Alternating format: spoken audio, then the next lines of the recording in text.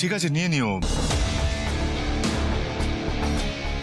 তাহলে একটা কাজ করো, বড় যার নাম করে মানত করেছো তাকেও সাথে করে নিয়ে যেও। না আসলে মম, আজকে আমার হবে না। আমার একটা ব্যাচেলর পার্টি আছে। ওই করেন আপনি ব্যাচেলর পার্টি না কি পার্টি, ওই সবই করে বেড়ান। ইটস অলরাইট আকাশ, তোমায় যেতে হবে না। আমি যখন মানত করেছি আমি একাই তা পূরণ করে নেব। It's alright.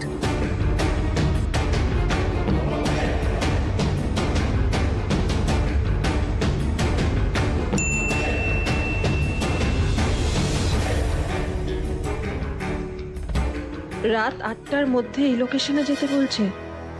Sector VO block 8 Rajarhat.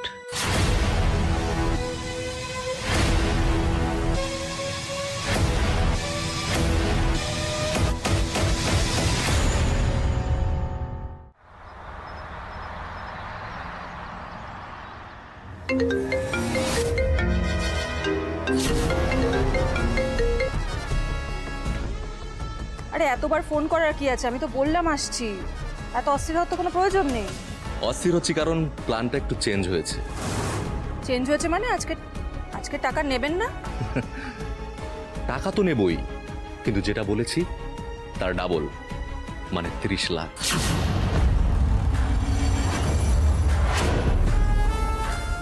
অসম্ভব। এই 15 লাখ টাকাই আমি অনেক কষ্টে জোগাড় করেছি। লাস্ট মোমেন্টে আর 1 টাকাও আমি এক্সট্রা দিতে পারবো না। দেখুন ম্যাডাম, আপনি হয়তো ভাবছেন ব্যাপারটা ছেলে খেলা, কিন্তু খেলাটা অনেক বড়। আপনি আমার জিনিস হারিয়েছেন, আমি যেভাবে বলবো সেভাবে আপনাকে ক্ষতিপূরণ দিতে হবে। একদম গলা তুলে কথা বলবেন না। না না, আমার কথাটা শুনুন। আমি তো টাকা দেবো না বলছি না। আপনার এক কথায় 15 লাখ টাকা আমি ব্যবস্থা করেছি তো বলুন, কিন্তু সেটাও অনেক কষ্টে। 11th আওয়ারে যদি আপনি এইভাবে চেঞ্জ করার চেষ্টা করেন তাহলে তো আমার পক্ষে সম্ভব না সেটা। আচ্ছা ঠিক আছে, আমাকে আপনি আসতে দিন, সামনাসামনি না হয় আমরা কথা বলি। হ্যাঁ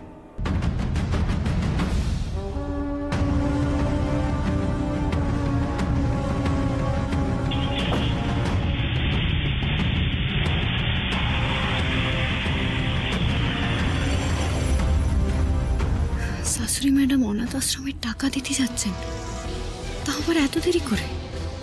আর টাকাটা তো উনি ওখানে দান করতেছেন। দান করা নিয়ে কি কোথাও এত তাড়াতাড়ি হয় নাকি?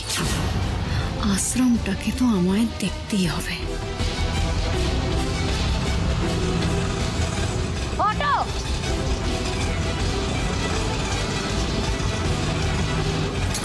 দাদা, ওই গাড়িটার পেছন পেছন চলুন।